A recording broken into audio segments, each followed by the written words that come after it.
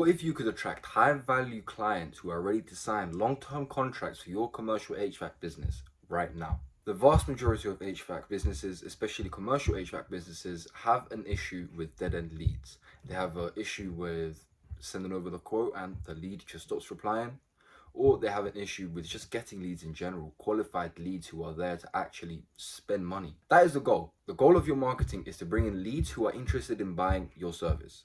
Ultimately, that's what you're trying to go for. And in this video, that's exactly what we're going to cover. I'm going to cover the 3 steps we use to generate £48,000 for our client in less than 30 days of implementing this system. So first things first, why do high quality leads matter?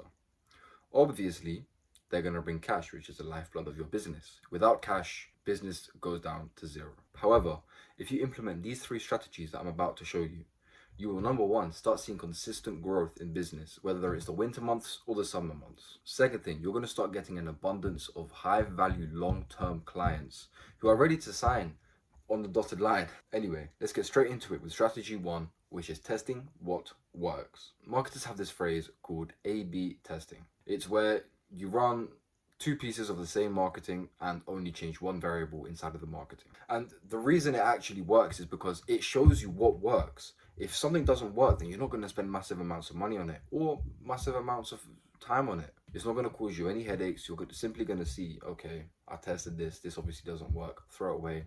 What else can we focus on? That's the approach to A/B testing. Firstly, very cheap. Secondly, doesn't cause headaches. So here's an example. Let's say, for example, you're running Meta ads. You run 2 of the same exact ads. That's how you start it off. However, in the second ad that you decide to run, you decide to change a small variable. Let's say your ad isn't getting many leads at all. You feel the response mechanism or the CTA, the call to action, isn't doing very well. So you hypothesize that instead of sending people to a form on your website, which isn't very well crafted, you decide to instead use the instant forms on Meta. That's the only thing you change. You don't change anything else. You don't change the headline, you don't change the images or the videos or the carousels or the copy.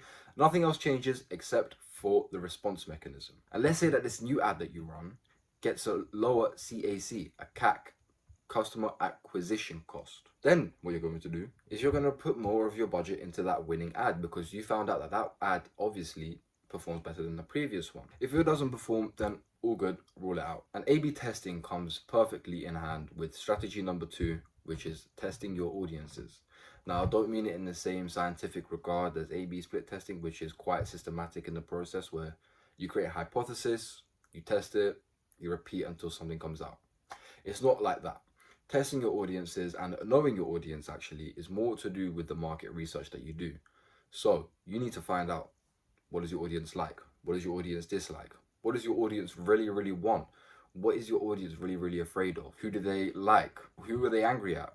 Why are they angry? What is the biggest problems in their life? If they could describe their problems to a friend over dinner, what would they say? Now, luckily for you, it's not very complicated for you.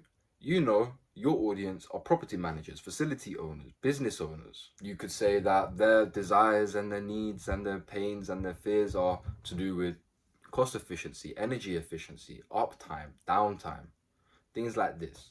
People want uptime. They don't want downtime. They don't want headaches. They don't want to have to call you at 4 o'clock in the morning to get you to come over there and fix their whatever. And when you start understanding who your audience really is, what they want, what they really like, which you actually already know, because otherwise you wouldn't be in business. But once you start understanding what your audience really wants from you, then that allows you to create much more tailored messaging towards the demographic that you are trying to target. Let's say I wanted to sell to someone who has no feet.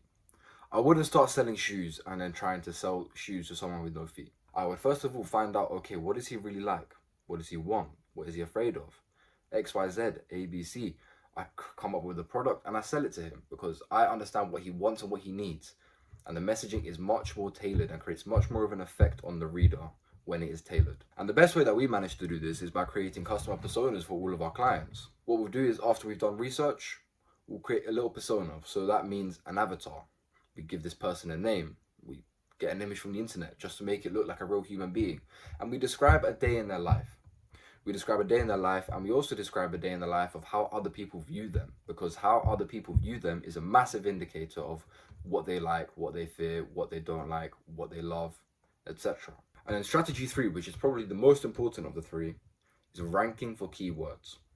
There are 5 stages customers go through before they end up clicking buy. The first stage is they become aware of a problem.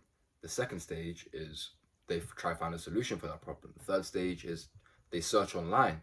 The fourth stage is they find someone, and the fifth stage is they buy. So HVAC businesses are most likely to come across at the fourth stage, where they are trying to find someone who can solve the problem for them. They're not going to go and get an engineering degree because they want to save money and learn how to do it themselves. They're going to search up commercial HVAC installers. And this is exactly where you don't really need to run Google Ads, but Google Ads helps and it brings quick results. But even SEO matters. SEO does amazing things when you implement it right. And you can very easily rank for SEO. It takes a little while, but it's very, very easy and it's very, very simple. All you have to do is just start ranking for keywords like commercial HVAC. Simple. What you do. Air conditioning, boilers, ventilation, all of that. Just have it somewhere on your website. If you already have it on your website, then great.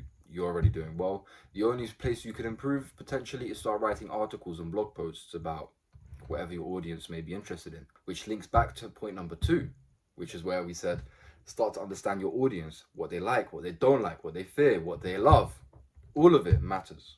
I'm not saying this for no reason. We've managed to generate £48,000 for our clients within 30 days of implementing these 3 simple steps.